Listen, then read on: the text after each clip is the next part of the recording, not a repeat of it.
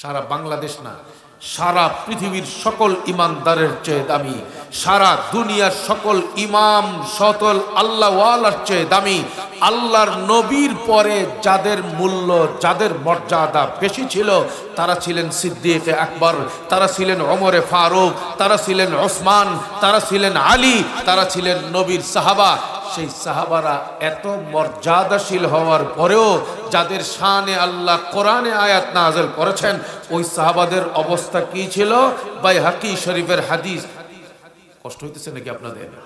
বাইহাকি শরীফের হাদিস, হযরতে ওমরে ফারুক এবং সিদ্দিক আকবর দুইজন মিলে মদিনা শরীফে মসজিদে নববীতে দুপুর বেলায় প্রচন্ড গরমের মধ্যে গিয়া হাজির হয়েছেন। যেই সময়ে নামাজের সময় এখনো হয় নাই, আজান এখনো দেয় নাই। মানুষ এই প্রচন্ড গরমে যার যার ঘরে থাকে, বিশ্রাম করে, আরাম করে। কিন্তু জগৎ বিখ্যাত সাহাবী, নবীর সবচেয়ে দামি কলিজার টুকরা সাহাবী মসজিদে নববীতে গিয়া হাজির। নবীজি কামরা থেকে বের হয়ে দেখলেন নবীজির সবচেয়ে বড় শ্রেষ্ঠ দুই সাহাবী হাজির। নবী জিজ্ঞেস করলেন, মা আখরাজাকুমা মিন বুয়ুতিকুমা, এ আবু বকর ঘর থেকে এখন বের হয়ে আসলা কেন? এ ওমর ঘর থেকে বের হয়ে আসার কারণ কি? এত গরমে, এত রৌদ্রের ভেতরে তো মানুষ ঘরে থাকে, মানুষ তো রৌদ্রের তাপের কারণে ঘর থেকে বের হয় না। আজান হলে নামাজ পড়ার জন্যে সাহাবারা আসবে, এটাই হইল বাস্তবতা। কেন আসছো তুমি? কেন আসছো আবু বকর? কেন আসছো ওমর? মা আখরাজাকুমা মিন বুয়ুতিকুমা প্রশ্ন করেছেন। তখন হযরত আবু বকর, হযরত উমর, কোন আবু বকর, কোন ওমর যাদের শানে কোরআনে কারীমে আল্লাহ প্রশংসার আয়াত নাযিল করেছেন, সেই আবু বকর ওমর নবীকে ডাক দিয়ে বলেন, আল জুউ ইয়া রাসূলুল্লাহ, চিৎকার করে বলেন আল্লাহু আকবার। সিদ্দিক আকবর এবং ওমরে ফারুক দোনো সাহাবী নবীজিকে ডাক দিয়ে বললেন, ইয়া রাসূলুল্লাহ, ঘরে থাকতে পারছিলাম না, প্রচন্ড ক্ষুধার যন্ত্রণার কারণে মসজিদের নববীতে আমি আবু বকর এবং ওমর দুইজন মিলে হাজির হয়েছি। আমাদের দুইজনের মাথায় আসলো পেটে খাবার নাই, নবীর সঙ্গে যদি মুলাকাত করি, নবীকে দেখলে মনের শান্তি আসবে, পেটের মধ্যে তৃপ্তি আসবে।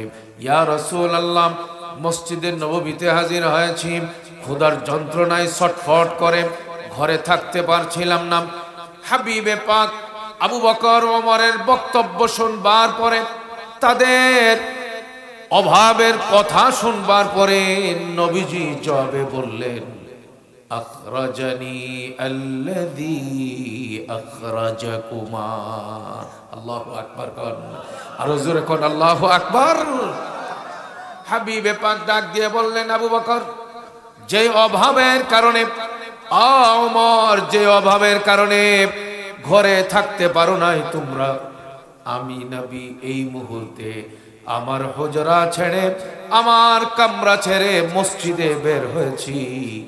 কেন বের হয়েছি জানো? আমি নবীর পেটেও প্রচন্ড ক্ষুধা, ক্ষুধার যন্ত্রণা নিবারণ করতে আমি মসজিদে বের হয়েছি। এ আবু বকর, এই ওমর, তোমাদের যেমন প্রচন্ড ক্ষুধা আর অভাব, আমার ঘরের মধ্যেও প্রচন্ড অভাব আর ক্ষুধা। সেই ক্ষুধার যন্ত্রণায় কাতর হওয়ার কারণে আমিও কামরায় থাকতে পারি নাই, মসজিদে বের হয়ে গেছি। সুবহানাল্লাহ বলবেন না? আজকে লক্ষণপুর নুরানি তালিমুল কোরআন হাফিজিয়া মাদ্রাসা আপনারা কায়েম করেছেন। আপনাদের ঘাম আর শ্রমের বদৌলতে এই মাদ্রাসায় ছাত্ররা পড়ছে, হাফেজ আলেম হবে। আজকে আপনার মাথায় টুপি, আপনার গালে দাড়ি, আপনার গায়ে সুন্নতি পোশাক, কলবের মধ্যে হাবিবে পাকের মোহাব্বত, লা ইলাহা ইল্লাল্লাহর কালিমার চেতনা। কিন্তু মনে রাখতে হবে, এই চেতনা লক্ষণপুরে বৈশা আমরা যে পাইছি, ফুটানি করলে হইব না। এলাকার আরেক নাম আছে ফুটাঙ্গিরপুর, এই ফুটানি দেখাইলে হইব না। বুঝতে হবে এই এলাকায় ঈমান আসছে হাবিবে পাকের ক্ষুধার যন্ত্রণা সয়ে হাবিবে পাক যে দ্বীনের মেহনত করেছেন, কালিমার মেহনত করেছেন, কোরআনের মেহনত করেছেন, আবু বকর ওমর যে মেহনত করেছেন, সেই রক্ত ঘাম আর মেহনতের কারণে আজকের সারা দুনিয়ায় কালিমার দাওয়াতের আওয়াজ চলছে। মুসলমানের সংখ্যা এখন 100, 200 না 250 কোটি মুসলমান। সুবহানাল্লাহ বলবেন না?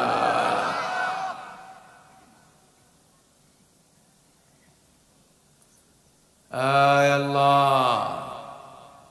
ও ভাই, নবীজি এই দুই কলিজার টুকরা সাহাবীকে দেখে বললেন, কুমা মাই, চলো আমার সঙ্গে চলো। সাহাবী দুইজনকে সঙ্গে নিয়ে রওনা দিছেন খাবারের কোনো ব্যবস্থা করা যায় কিনা দেখবার জন্যে। অবশেষে একজন আনসারী সাহাবীর বাগানে গেলেন। বাগানে গিয়ে দেখলেন বাগানওয়ালা পুরুষটা নাই, ঘরের মহিলা ভিতরে আছে।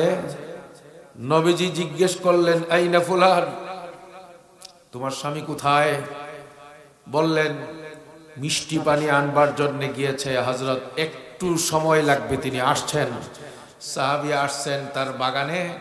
আরব দেশের বাগানগুলো হয় পরিপূর্ণ, বাগানে খেজুর থাকে, বাগানে আঙ্গুর থাকে, বাগানে বসার জন্য ব্যবস্থা থাকে, বাগানে ছেলে মেয়েদেরকে নিয়ে রাত যাপন করবার জন্য ফ্যামিলির জন্য আলাদা ব্যবস্থা থাকে।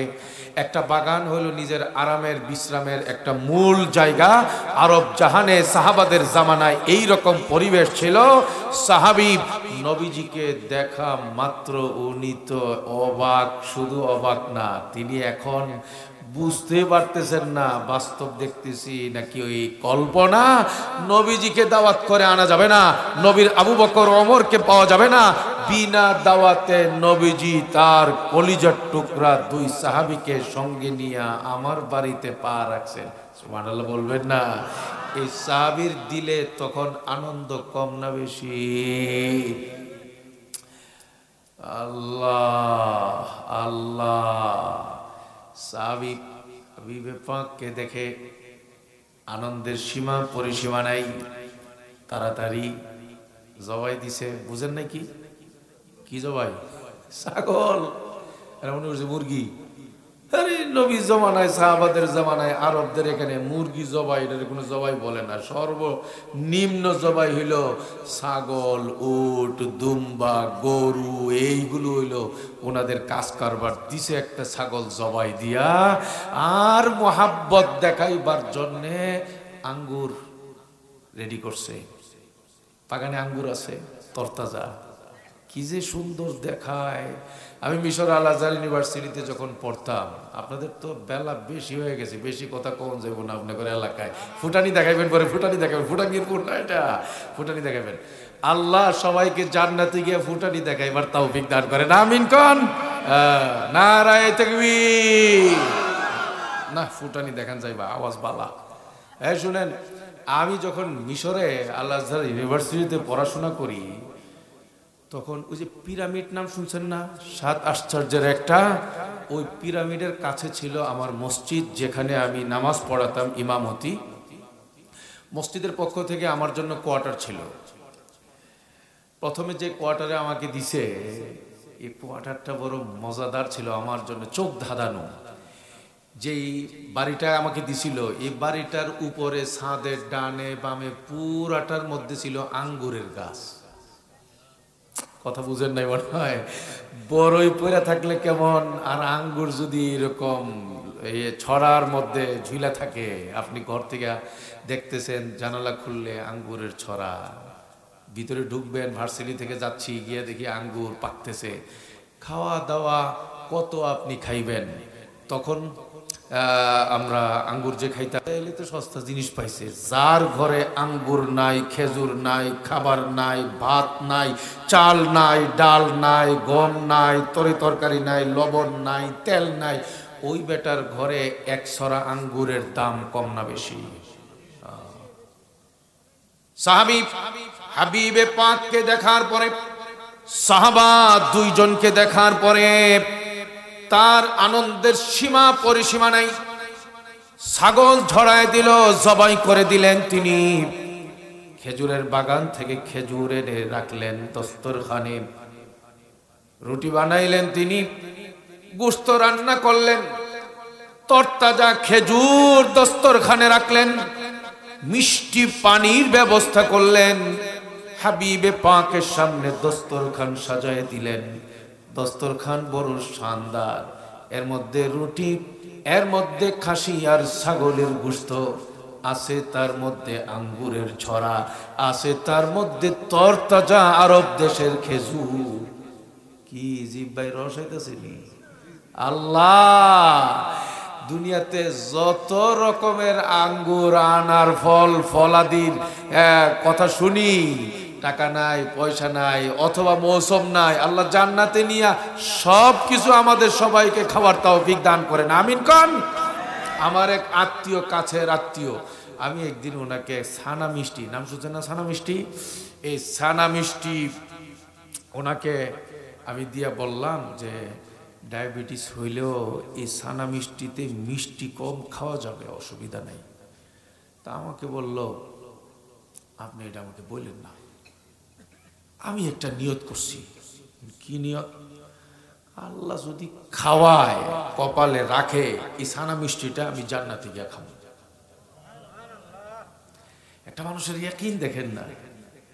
আল্লাহ আল্লাহ আল্লাহ আল্লাহ আল্লাহ আল্লাহ আল্লাহ। ব্রাহ্মণবাড়িয়ার বড় হুজুর, সারা বাংলাদেশের বড় হুজুর ছিলেন তিনি। 1280 বাংলায় জন্ম হয়েছিল। তার দাঁত একটাও পড়ে নাই মৃত্যুর বয়স পর্যন্ত, মৃত্যুর সময় পর্যন্ত 135 বছর হায়াত তিনি পেয়েছিলেন। সেই হুজুর আমাদের সকলের মুরব্বী ছিলেন। আল্লাহ, আঙ্গুরের মৌসুম মাত্র শুরু হয়েছে, মাত্র আঙ্গুর যখন বাজারে আসে, ওই আঙ্গুর মনে হয় খুব মিষ্টি হয় না টক হয়। আঙ্গুরের হাদিয়া নিয়া ওনার ভক্ত মুরিদান বাড়ির মসজিদের মধ্যে আসরের পরে হুজুর বসেন, আঙ্গুর হাদিয়া দিছে। তো হুজুরের একটা তবিয়ত ছিল যে ফল ফলাদি ইত্যাদি এগুলো যখন হাদিয়া কেউ নিয়ে আসতো কোনো মজলিসে, সবাইকে নিয়ে এটা খায়া শেষ করতেন। এটা ছিল হুজুরের নিয়ম। হুজুর বলেন, এই হাদিয়া আসছে, সবাই খাও। হুজুর কেউ দিছে, হুজুর তো স্বাভাবিকভাবে আলহামদুলিল্লাহ আলহামদুলিল্লাহ, আল্লাহ শুকর আল্লাহ শুকর, আল্লাহ নিয়ামত খাওয়াইতেছে। যখন হুজুর আলহামদুলিল্লাহ আলহামদুলিল্লাহ বলতেছে, যিনি হাদিয়া নিয়ে গেছে বছরের শুরুতেই, উনি মনে করছে আলহামদুলিল্লাহ মানিত হইল, মনে হয় আমার আঙ্গুর মোটামুটি ভালোই মিষ্টি। যেইভাবে হুজুরে ডাবায়া ডুবায়া আলহামদুলিল্লাহ কইছে, হুজুরে যখন বলছে উনি আঙ্গুর আনছে না, ওনাকে দেন, উনি মুখে দিয়া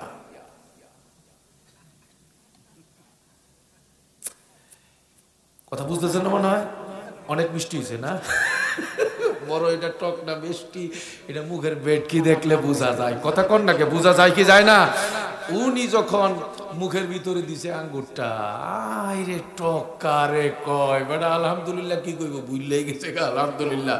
পরে উনি কইতেছে যে ঠিক আছে, এত টক আঙ্গুর খায়া মুখ ঠিকঠাক রাখে উনি যেভাবে আলহামদুলিল্লাহ কইছে, আল্লাহ আঙ্গুর উনারই খাওয়াইব। লা ইলাহা ইল্লাল্লাহ লা ইলাহা ইল্লাল্লাহ লা ইলাহা ইল্লাল্লাহ লা ইলাহা ইল্লাল্লাহ। হাবিবে পাকের সামনে দস্তরখান শানদার, আঙ্গুর, রুটি, গোশত, তাজা খেজুর, মিষ্টি পানি দিয়ে দস্তরখান সাজানো হয়েছে। সিদ্দিক আকবরের সামনে রাখা হয়েছে, ওমরে ফারুকের সামনে রাখা হয়েছে। নবীজি বললেন, ওমর খাও, তোমার পেটে ক্ষুধাম। আবু বকর খাও, তোমার পেটে ক্ষুধাম। তৃপ্তি সহকারে খাও, আল্লাহর নিয়ামত খাও। নবীজি খাইলেন, আবু বকর খাইলেন, ওমর খাইলেন, রুটি দিয়া গোশত দিয়া খাইলেন, ফল ফ্রুট তরতাজা ফল খাইলেন, মিষ্টি পানি খাইলেন। খাওয়া দাওয়া শেষ হয়ে গেল, রুটি খাওয়া শেষ হয়ে গেল, গোশত খাওয়া শেষ হয়ে গেল, পানি পর্যন্ত তারা যখন তৃপ্তি সহকারে খেয়ে খাবারের পর্ব যখন শেষ হয়ে গেল, নবীজি ডাক দিয়ে বললেন, ওয়াল্লাযী নাফসি বিয়াদি লাতুসআলুন্না আন হাযান নাঈমি ইয়াউমাল কিয়ামা। ওমর, ওই সত্তার কসম করে বলি ওমর, আবু বকর, ও আবু বকর, আমি নবী ওই সত্তার কসম করে বলি, দস্তরখানে পানি ছিল, আঙ্গুর ছিল, খেজুর ছিল, রুটি ছিল। যতটা আঙ্গুর তুমি আমি খাইলাম, যতটা রুটি তুমি খাইলা, আবু বকর ওমর খাইলাম, আল্লাহর কসম করে বলি, কিয়ামতের ময়দানে তোমার জীবনের প্রত্যেকটা নিয়ামতের ব্যাপারে আল্লাহ জিজ্ঞেস করবেন। লা তুসআলুন্না আন হাযান নাঈমি ইয়াউমাল কিয়ামা। আবু বকরের বেলায় যদি ফয়সালা এটা হয়, ওমরের বেলায় যদি ফয়সালা এটা হয়, তোমার টাকা কোন পথে তুমি খরচ করেছ, তোমার যৌবনে প্রকাশ্যে গোপনে তোমার আমল কেমন ছিল, আল্লাহর জন্য তুমি কতটুকুন করেছ, তোমার চোখ দিয়ে তুমি কি দেখেছ, তোমার জবান দিয়ে তুমি কি বলেছ, তোমার হাত দিয়ে তুমি কিসের স্পর্শ করেছ, তোমার পা দিয়ে তুমি কার সঙ্গে তুমি গিয়েছ, কোথায় তুমি গিয়েছ, সম্পর্ক তোমার কার সঙ্গে ছিল, এই ব্যাপারে তোমাকে জিজ্ঞেস করা হবে। তোমাকে জীবন দেয়া হয়েছে, যৌবন দেয়া হয়েছে, টাকা দেয়া হয়েছে, মাথা গুজাবার জন্য ঘর বাড়ি ছাদ দেয়া হয়েছে, ছেলে সন্তান দেয়া হয়েছে, বাবার ডাক শুনবার মতো ওই নিয়ামত তোমাকে দেয়া হয়েছে, বিবি দেয়া হয়েছে, ছেলে সন্তানের নিয়ামত দেয়া হয়েছে, যশ খ্যাতি দেয়া হয়েছে, মর্যাদাপূর্ণ জীবন দেয়া হয়েছে। কিয়ামতের ময়দানে তোমার প্রত্যেকটা নিয়ামত সম্পর্কে জিজ্ঞেস করা হবে। আবু বকর ওমরকে যদি এই প্রশ্ন করা হয়, জিজ্ঞেস করা হয়, আমরা যারা এই ফুটাঙ্গির এলাকার মানুষ যারা আছি, আমাদের জিজ্ঞেস করা হবে কি হবে না? কথা বলে না, হবে কি হবে না? ও ভাই, কাউকে যদি আল্লাহ জিজ্ঞেস করা শুরু করে দেন, দর কষাকষি করেন, হালাক। বুখারী শরীফের হাদিসের মধ্যে আছে, মান্নু কিসাল হিসাব হালাক। নাউজুবিল্লাহ কোন বুঝে নাই দিকে কয় না, কোন না নাউজুবিল্লাহ। নবীজি বলেন, কিয়ামতের ময়দানে আল্লাহ যার সঙ্গে দর কষাকষি শুরু করবেন, এটা করলা কেন, এটা বললা কেন, ওটা করতে করলা না কেন, ওখানে গেলা না কেন, মানলা না কেন, পারলা না কেন, দিলাম সেটা জানলা না কেন, আলেমদের সঙ্গে বসলা না কেন, ছেলেকে আলেম বানাইলা না কেন, ছেলেকে দিন শেখাইলা না কেন, দিনদার বানাইলা না কেন, তুমি এইটা করলা কেন, ওইটা করলা না কেন, এইভাবে যদি আল্লাহ দর কষাকষি শুরু করেন, এই লোকটার উপায় নেই, জান্নাতে যেতে পারবে না, জাহান্নামের আগুনে জ্বলতে হবে, পুড়তে হবে, ছাই হতে হবে। সেদিন আমার ছেলে উকিল হোক, ব্যারিস্টার হোক, পয়সাওয়ালা হোক, টাকা দিয়া বাবাকে বাঁচানো যাবে? কথা কয় না।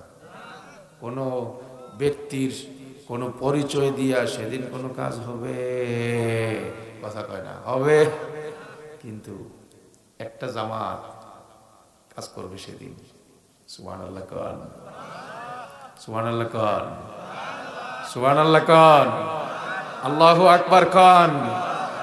যেদিন কোনো শিল্পপতির টাকা কাজে লাগবে না, যেদিন কোনো অ্যাডভোকেটের কোনো আইন কাজে লাগবে না, যেদিন কোনো মন্ত্রী, এমপি, প্রেসিডেন্টের কোনো ক্ষমতা কাজে আসবে না, যেদিন পৃথিবীর প্রত্যেকটা মানুষ চিৎকার করে বলতে থাকবে একমাত্র ক্ষমতা চলে আল্লাহর, সেই কিয়ামতের ময়দানে আল্লাহ তাআলা বলবেন, হাফেজে কোরআন যারা, তালিমুল কোরআন মাদ্রাসায় পড়াশোনা করে হাফেজ হয়েছো আর আমল ঠিক রাইখা আসছো, তোমাদেরকে আমি আল্লাহ অনুমতি দিলাম 10 জন পরিবারের লোকেরে বাছাই করে সুপারিশ করে জান্নাতে নিয়ে যাও।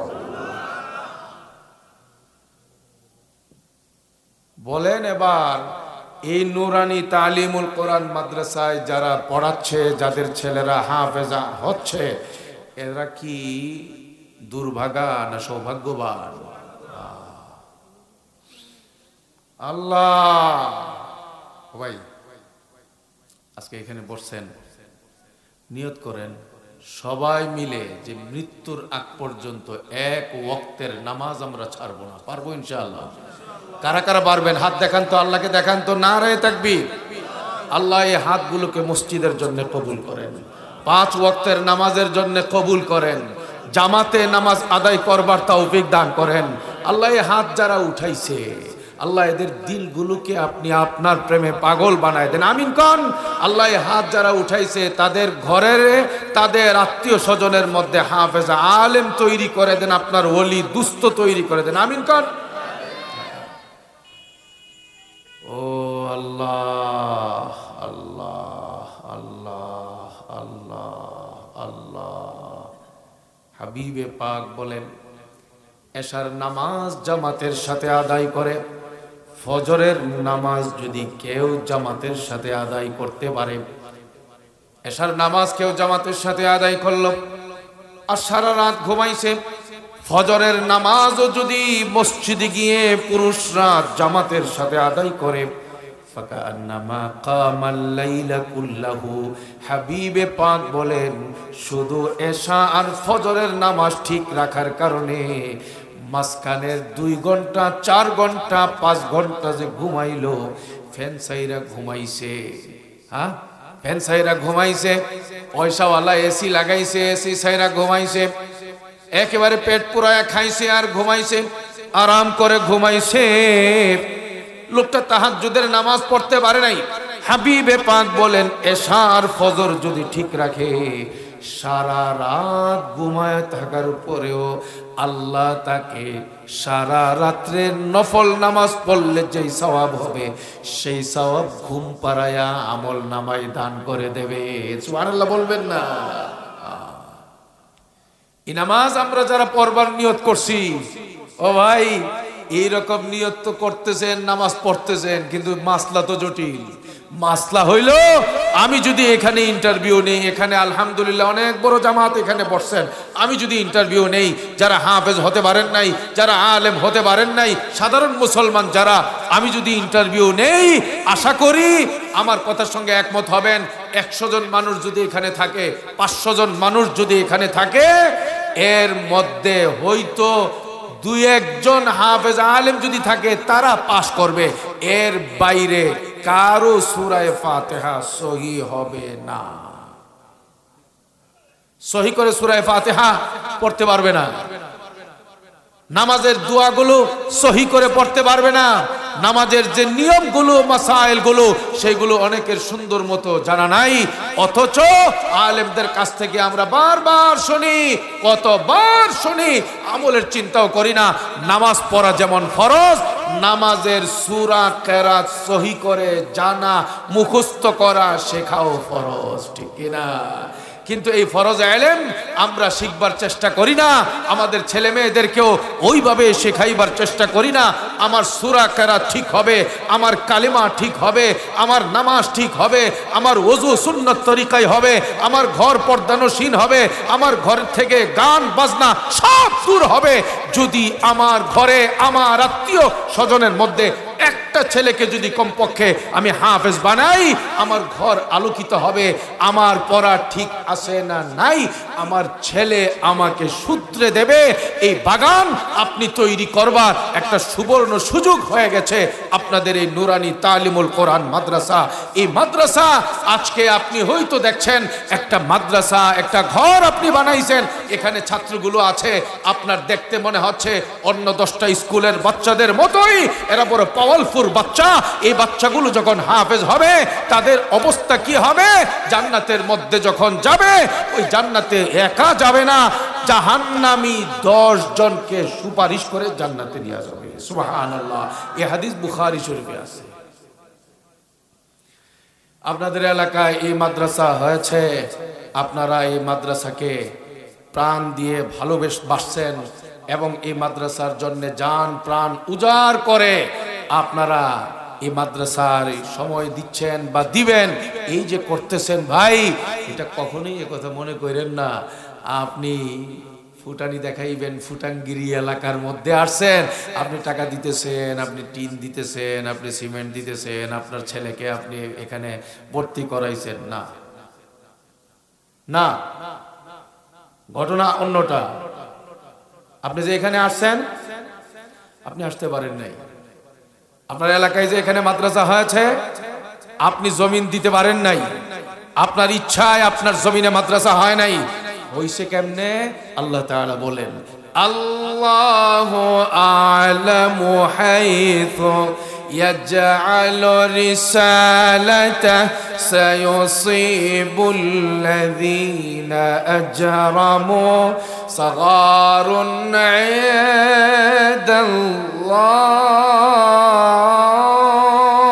ইনদাল্লাহ ওয়া আযাবুন شديد بما كانوا يمكرون فمن يرد الله أن يهديه يشرح صدره للإسلام ومن يرد أن يضله يجعل صدره ضيقا حرجا كأنما يصعد في السماء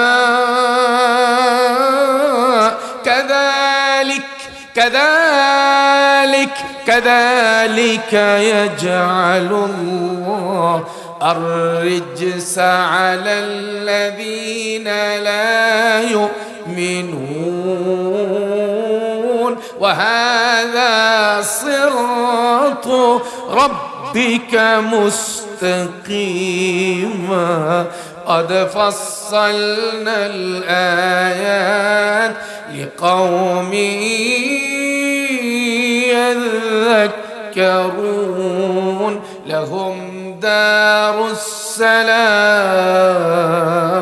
لهم دار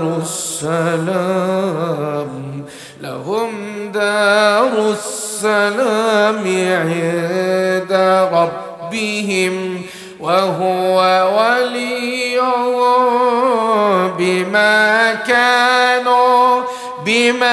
كانوا يعملون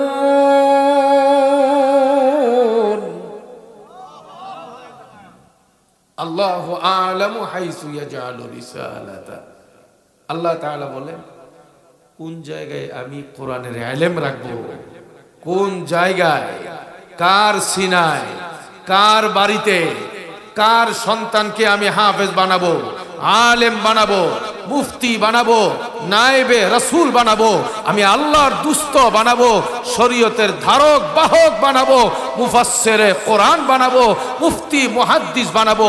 আল্লাহু আ'লাম। এই বিষয়টা পৃথিবীর কেউ জানে না। কে হাফেজ হবে, কে আলেম হবে, কে মুফতি হবে, কে আলেমের দুস্ত হবে, কার জায়গায় মাদ্রাসা হবে, কার ঘরে মাদ্রাসা হবে, কার এলাকায় কোরআনের তিলাওয়াতের আওয়াজ চমকাবে, এই বিষয়টা পৃথিবীর কেউ জানে না। কোনো নবী জানে না, কোনো গাউস জানে না, কোনো পীর জানে না, কোনো ইমাম জানে না। এটা জানেন একমাত্র কে? আরো জোরে বলেন কে? এই মাদ্রাসা আপনাদের এখানে নুরানি তালিমুল কোরআন হাফিজিয়া মাদ্রাসা, এটা আখিরাতে এটার পাওয়ার যেমন দেখবেন, দুনিয়াতে ওইটার একটা পাওয়ার আছে। এই দুনিয়ার পাওয়ারটা বইলে আমি শেষ করব। দুনিয়ার পাওয়ার হইল এই যে পোলাপান এখানে পড়ে, এই মাদ্রাসায় কয়জন ছাত্র? কয় কি কতজন? হ্যাঁ, 250। আমি তো মনে করছিলাম যে 20-25 জনই মনে হয়। কয় কি? হ্যাঁ, অনেক বড়। 250 হেফজখানা নাই? কয়জন? এটার দুনিয়াতে পাওয়ার আছে। এই পাওয়ারের কথাটা বলি শেষ করবো। আপনাদের তো বেলা শেষ হয়ে গেছে না? কি চান্দি গরম হয়ে গেছে? মন খারাপ হয়ে গেছে? ফুটানি দেখাইবেন জান্নাতে গিয়া ফুটাঙ্গিরি। ফুটাঙ্গির নাম দিছেন আপনারা লক্ষণপুর। আল্লাহ সবাইকে জান্নাতের লক্ষণ নিয়ে কবরে যাওয়ার তৌফিক দান করেন, আমিন কোন। আচ্ছা, আয় আল্লাহ, ভাঙ্গা রাস্তা দিয়ে আইতেছিলাম আর কইতেছিলাম যে এটা নি ফুটানি। এখন তো দেখতেছি না, আওয়াজ বালা আছে যেহেতু ফুটানি করণ যায়, অসুবিধা নাই। ওই শুনেন, ওই পদ্মার ব্রিজ হইছে এখন, তারপর আওয়ামী লীগের এরা কি বলছে হুজুরে আমগর লগে, আমগর পদ্মার নাম কইতেছে। পদ্মার ব্রিজ এর ওই পারে শিবচর এলাকায় একটা ইয়া আছে, চর এলাকা আছে, চরের নামটা আর বলবো না। ওই এলাকার ভিতরে ভাই সুরেশ্বর আর হইল আটরশি, এই দুই গ্রুপ ছাড়া 3 নম্বর কোনো গ্রুপ নাই। আপনারা তো বুঝতে পারতেছেন কি কইতাছি আমি, তো কি মন খারাপ নাকি? সুরেশ্বর আর আটরশির এলাকা পুরা এলাকা তাদের দখলে। ওই পুরা এলাকার ভিতরে একটা মাদ্রাসাও নাই, মসজিদ আছে আবার, স্কুল আছে, কিন্তু মাদ্রাসা নাই। সব হইল সুরেশ্বর আর আটরশি। আল্লাহ, ওই এলাকার চরাঞ্চলের কিছু মানুষ উত্তরাতে স্বর্ণের ব্যবসা করে আমার পিছনে জুমার নামাজ পড়া শুরু করছে। বয়ান শুনতে শুনতে এরাও আসিল সুরেশ্বরের পার্টি, বয়ান শুনতে শুনতে পরে তাদের দিলের মধ্যে এটা সাফ হয়েছে যে হুজুরে যা কয় এটাই তো ঠিক। এরা আবার পয়সাওয়ালা, প্রভাবশালী। আমাকে বলতেছে হুজুর আমরা তো ভিন্ন লাইনের ছিলাম, আমগর পুরা এলাকা জুইরা মাদ্রাসাও নাই, সহি লোক নাই, সব হইল সুরেশ্বরের ডুগডুগি বাজায় এসব। হুজুর আপনার দিয়ে আমগর এলাকায় একটা মাহফিল করাইতাম। আমি বললাম যে ভাই আমার সময় নাই।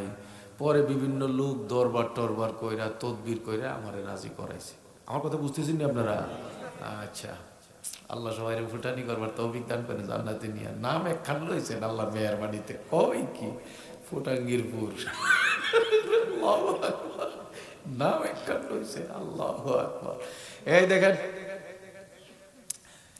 এই গেছি আমি ওখানে, ভাই গিয়া দেখি মাহফিল হবে যেই মাঠে, ওই মাঠে আগের দিন একই মাঠে আগের দিন মমতাজ রেদিয়া গান গাওয়াইছে। কেমন জায়গাতে আমারে নিছে। গিয়া দেখি যে ঘরে আমার বসার জন্য জায়গা করছে এই ঘরটা হইল একটা মাজার, রানিং মাজার। মাজারের ফির মারা গেছে না, তর তাজা, ঢোল তবলা বেড়ি নিয়ে বসা। এই বেড়ার ঘরে আমারে নিয়ে বসাইছে। আমি খুব ভালো হয়েছে, আজকে আমার ইমানের পরীক্ষা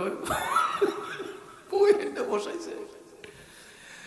পরে যেটা হয়েছে, আপনাদের তো কষ্ট হইতেছে না ভাই? আমার কষ্ট হইতো না, ভোটানি দেখাইবো। দেখেন ঘটনা কি হয়েছে। পরে ওই শিবচর এলাকার বড় বড় মাদ্রাসার কিছু হুজুর ছাত্র, এরা ওই এলাকায় ঢুকতেই পারে না। এরা মাহফিলকে কেন্দ্র কইরা ওই এলাকায় গেছে, আসরের নামাজ পইরা আমার সঙ্গে দেখা কইরা জিগাইতেছে, হুজুর আমরা যে কিফায়েতুল্লাহ আজহারি সাহেব নামে একজনরে চিনি, আপনি কি সেই হুজুর? আমি বললাম হ।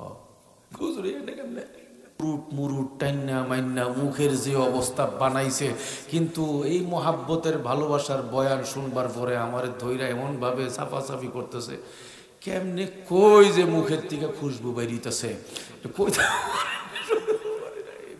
দেখাইতেছে। বয়ান টয়ান শেষ হইছে, দুয়া টুয়া লইয়া আয়া পড়ছি, মনে মনে কইতেছি, আর সাথে মুসল্লিরা যারা মোহাব্বতের লোক ওনাদেরকে বলছি আলহামদুলিল্লাহ আলহামদুলিল্লাহ আমার মিশন সফল। ওনারা কইতেছে কেমনে হুজুর আপনি তো কিছু কইলেন টইলেন না, আপনি তো একদম রাসূলে পাকের ভালোবাসা, হেরাও তো এগুলোই চায়। তো আমি বললাম যে না আমি চাই পাচ্ছি, মাছ লাগবো। কেমনে? আগামী বছর আমি, আগামী বছর আইসা যত মাসলা মাসাইল আছে ভালোবাসার উপর দিয়ে সালাম। পরে কই হুজুর হেরা যে টার্গেট করছে আগামী বছর জানি কি হয় আল্লাহ জানে। ঠিক এই ভাই পরের বছর পুরা এলাকার মানুষ ঐক্যবদ্ধ আন্দোলন, মাহফিলের নাম নেওয়া মাত্র এই হুজুর আসতে পারবে না, এই হুজুর অসুবিধা। আরে তোমরা না হুজুরের বুকে বুকে লাগাইয়া একবারে ভালোবাসার একবারে সব দেখাইলা, হুজুর খুব ভালো এই সেই। আর হুজুর তো কোনো কিছুই কইলো না, খালি রাসূলের প্রেম আর ভালোবাসা নিয়ে ওয়াজ করলো। না হুজুর বড় টেট না হুজুর, এবার এক হইব মানে ধরে লেছে। আমি ধরা গেছি, তো ধরা খাইছি, এরা তো বুঝছে যে এটা সঠিক বুঝাই বুঝছে। আমি কি প্রতি বছর গিয়া খালি রাসূলের এশক বলবো, রাসূলের মাসলা মাসাইলকে আমি কমু না? এটা তো আমি একটা টার্গেটে ফালাইছিলাম, কিন্তু আমি ধরা খাইছি। পরের বছর আর আমার যাইতে দিব না। ডাইরেক্ট এরা বলে দিছে, এই হুজুর যদি এলাকায় আসে তোদেরকে এলাকা ছাড়া করবো, তোদেরকে বাপ দাদার চেহারা দেখা জীবনের জন্য বন্ধ করে দিব। পরে শেষ পর্যন্ত ওনারা হার মানছে। আমাকে বলতেছে, হুজুর এখন তো বিপদ, কি এক ঐক্যবদ্ধ আন্দোলন, আপনার বিরুদ্ধে মিছিল মিটিং চলতেছে এলাকায়, হুজুর আর গ্যাঞ্জাম করে লাভ নাই, মাহফিল হইব না। হ্যাঁ বললাম, এটা কি মাহফিল হইব না? ঠিক আছে, আল্লাহর কথা হইব না? কথা হইব না, ভালো করে বলেন না। হুজুর হইব, তো হইলে মাহফিলের দরকার কি? হুজুর কি করবো? পয়সা আছে না? আছে। জায়গা আছে না? ওখানে আছে। একটা মাদ্রাসা করেন। আমি কইলাম, মাদ্রাসা, কওমি মাদ্রাসা এমন জিনিস, কওমি মাদ্রাসা যে এলাকায় হয়, চৌহদ্দির সীমানার ভেতরে কোন শয়তান সেখানে থাকতে পারে না। কথা বলেন। আমি এই প্রেসক্রিপশন দেওয়ার পরে কই, হুজুর তাহলে মাদ্রাসা করবো? হ্যাঁ। ওই দিন আপনি সভাপতি, উনি সেক্রেটারি, কমিটির মূল বডি তৈরি করে দিলাম। মাদ্রাসা করতে যখন গেছে, এরা বুঝে গেছে যে এটার তো প্রেসক্রিপশন অন্য জাতের। দিনের বেলায় মাদ্রাসা বানাইতে শুরু করে, টিনের ঘর বানায়, রাত্রে ওই পার্টি এসে ভেঙে দেয়। হুজুর এখন তো বিপদ আরো বাড়ছে, দিনে করি কাজ, রাত্রে ভাঙ্গে। আমি বললাম, দেখেন, একদিন, 2 দিন, 3 দিন, 1 সপ্তাহ করণ সহজ, ভাঙ্গন বহুত কঠিন। কারণ রাতের অন্ধকারে ভাঙতে হয়, লুহা লঙ্কর ঢুকবে হাতের মধ্যে, চিপা চাপা দিয়া, বেশি দিন টিকবে না এদের এই যন্ত্রণা। আপনারা চালাইতে থাকেন, সপ্তাহখানেক ভাঙ্গা ভাঙ্গির পরে আর দেখে যে কোনো মতেই কাজ হয় না, বাস এখন মাদ্রাসা উঠে গেছে। মাদ্রাসার মধ্যে ছাত্র ভর্তি হওয়া শুরু হয়েছে। মাদ্রাসার প্রিন্সিপাল যিনি, উনি আমার কাছে আইছে, হুজুর মাদ্রাসা কেমনে চালাইতাম? আমি বললাম, ধুমসে কিয়ামত, কবরে যাওয়া যাইব না, সেজদা করা যাইব না। আপাতত যত জায়গায় ইয়া নবী সালামু আলাইকা খারা কোন লাগে, আল্লাহর কাছে মাফ চাইলে বা কিছুদিন ইয়া নবী সালামু আলাইকা সালাম। কথা বুঝেন না আপনারা? এরা প্রিন্সিপাল কই, হুজুর সারা জীবন এটা করছি না, এটা বেদাত, কেমনে করি? আমি বাইরে এটা কইরা রাস্তা করো। এরপরে মাদ্রাসার মধ্যে এদের ছাত্ররাই, এই বেদাতি, সুরেশ্বর, আটরশি, এদের ছেলেরাই আসতে আসতে ছাত্র হয়ে গেল 250। 1 বছর যাওয়ার পরে পরের বছর মাদ্রাসার প্রিন্সিপাল সাহেব আমাকে প্রধান অতিথি বানায়া পোস্টার কইরা মাহফিলে দাওয়াত দিল। আমিও গেলাম, নারায়ে তাকবীর, আল্লাহু আকবারের স্লোগান দিয়ে প্রধান অতিথির আগমন কয়া টয়া আমার ভিতরে নিছে। নেওয়ার পরে আমি তো ওই যে কথাটি আমি কইবার নিয়ত করছিলাম, শুরু করছি বয়ান করা। বিশ্বাস করেন, মানুষগুলো পছন্দ করলো না, কিন্তু রাসূলের প্রেম আল্লাহ তাআলা এমন তৈরি করে দিছে, কোরআনের প্রেম তৈরি করে দিছে। ছেলেরা এই মাদ্রাসায় পড়ে, তারা মাদ্রাসায় টাকা পয়সা দেওয়া শুরু করলো, কিন্তু কোনো অবস্থাতেই এলাকার মসজিদের ইমাম যারা বেদাতি, সুরেশ্বরপন্থী, মাজারপন্থী এবং সব রকমের গান বাজনায় তারা মুসল্লিদেরকে নিয়ে শরীক হয়, এই মানুষগুলোর পিছনে তারা নামাজ পড়ে। আমি বললাম, এলাকায় খবরদার কোনো ইমামদের বিরুদ্ধে কোনো কথা বলার দরকার নাই, খালি পড়াইতে থাকেন, ধুমসে পড়ান একবার পোলাপান রে। আল্লাহর মেহরবানি, হেফজখানা পর্যন্ত যখন পোলাপান গিয়ে পৌঁছাইছে, এই হেফজখানার পোলাপান এলাকার মসজিদে নামাজ পড়তে যায়, বাপের কয়, আব্বা নামাজ হয় না তো।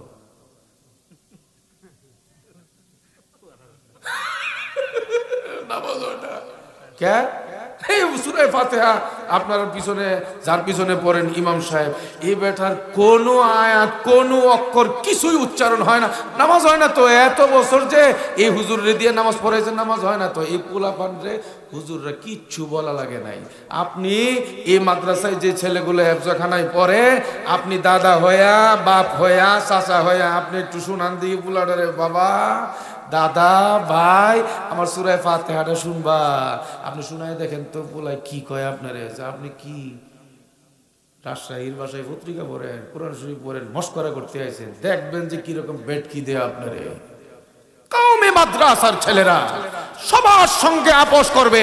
কোরআনের তিলাওয়াত যদি কেউ গলত করে, ইমাম যদি তিলাওয়াত করতে গিয়া গলত করে, ইমাম যদি মাসআলা বলতে গিয়া গলত করে, কওমি মাদ্রাসার ছেলেরা কার ছেলে কার নাতি দেখবার টাইম তাদের নাই। কওমি মাদ্রাসার ছেলেরা প্রতিবাদে এলাকার মানুষকে সোচ্চার করে, মানুষকে কোরআনের পথে ডাকে। এর নাম হলো কওমি মাদ্রাসার মিশন। ওই এলাকার ছেলেগুলো বেদাতীদের ছেলে, বেদাতীদের বাচ্চা, এলাকায় গিয়ে গিয়ে ঘরে গিয়ে গিয়ে বলছে এই মসজিদের ইমামের তিলাওয়াত ঠিক না, ওই মসজিদের ইমামের তিলাওয়াত ঠিক না। ছেলেরা যখন ঘরের মধ্যে গিয়া বাবাকে এই কথা বলছে, আর কি এখন বাবারা আন্দোলন করবে কার বিরুদ্ধে? ঘরের ভিতরে নবীর প্রেমিক তৈরি হয়েছে, কোরআনের হাফেজ তৈরি হইতেছে। এলাকায় আমার এখন যতটুক জানা, পুরা এলাকার সুরেশ্বর এবং বেদাতি যত ইমাম আছিল একটাও নাই, সব সাফ। ইমামতি করে মাদ্রাসার হুজুররা। এখন এর নাম কওমি মাদ্রাসা। শহীদিন পাইতে হইলে, সুন্নতের নমুনা পাইতে হইলে, সাহাবায়ে কেরামের ইমানের গ্রাণ পাইতে হইলে বর্তমান জামানায় কওমি মাদ্রাসার বিকল্প নাই।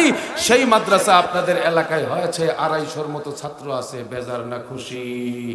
আল্লাহ তাআলা এই মাদ্রাসার সঙ্গে লেগে থাকবার তৌফিক দান করেন, আমিন। ওয়া আখিরু দাওয়ানা আনিল হামদুলিল্লাহি রাব্বিল আলামিন। ওয়াসসালামু আলাইকুম ওয়া রাহমাতুল্লাহি ওয়া বারাকাতুহু।